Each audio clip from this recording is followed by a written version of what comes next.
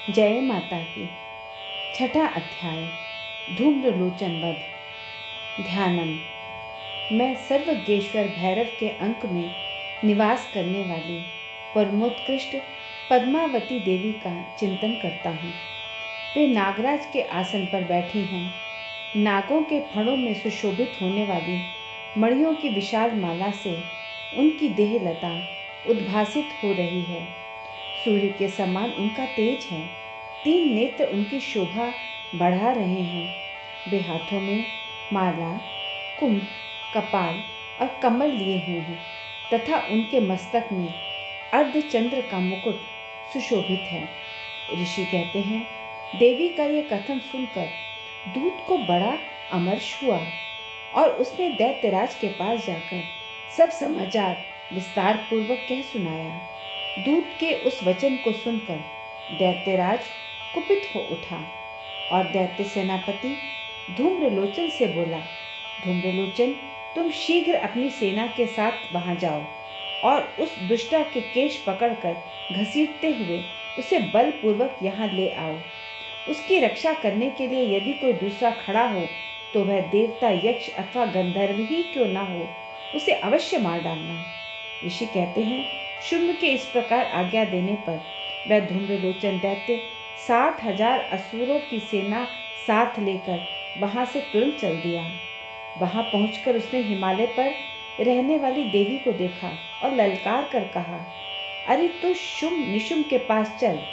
यदि इस समय प्रसन्नता पूर्वक मेरे स्वामी के समीप नहीं चलेगी तो मैं बलपूर्वक झोटा पकड़कर घसीटते हुए तुझे ले चलूंगा। देवी बोली, तुम्हें दैत्यों के राजा ने भेजा है। तुम स्वयं भी बलवान हो और तुम्हारे साथ विशाल सेना भी है।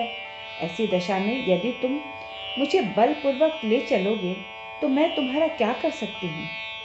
ऋषि कहते हैं, देवी के यूं कहने पर असुर धूम्रलोचन उनकी ओर दौड़ा। तब अंबिका ने हुँ शब्द के उच्चारण मात्र से उसे भस्म कर दिया। फिर तो क्रोध में भरी हुई दैत्यों की विशाल सेना और अंबिका ने एक दूसरे पर तीखे सायकों, शक्तियों तथा फरसों की वर्षा आरंभ की। इतने में ही देवी का वहां सिंह क्रोध में भरकर भयंकर गर्जना करके गर्दन के बालों को हिलाता हुआ असुरों की सेना में कूद पड़ा। उसने कुछ दैत्यों को पंजों की मार से, कितनों को अपने जबड़े से, कितनों ही महादैत्यों को पटक कर ओठ की डाढ़ों से घायल करके मार डाला।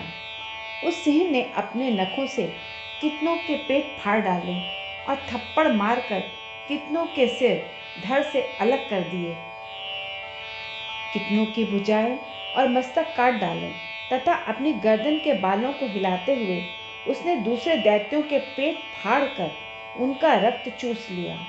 अत्यंत क्रोध में भरे हुए देवी के वाहन उस महाबली सिंह ने क्षण भर में ही असुरों की सारी सेना का संहार कर डाला।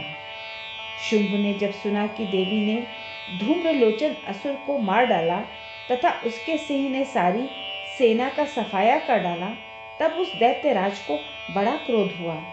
उसका ओठ कांपने लगा।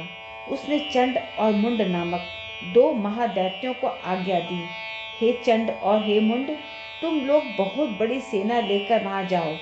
उस देवी के झोटे पकड़कर अथवा उसे बांधकर शीघ्र यहाँ ले आओ। यदि इस प्रकार उसको लाने में संदेह हो तो युद्ध में सब प्रकार के अस्त्रों शस्त्रों तथा समस्त आसुरी सेना का प्रयोग करके उसकी हत्या कर डालना। उस दुष्टा की हत्या होने तथा सिंह के भी मारे जाने पर उस अंबिका को बांधकर साथ ले शीघ्र ही लौटाना। इस प्रकार श्री मार्कंडेय पुराण में सावर्णिक मनवंतर की कथा के अंतर्गत देवी महात्म्य में धूम्रलोचन वध नामक छठा अध्याय पूरा हुआ।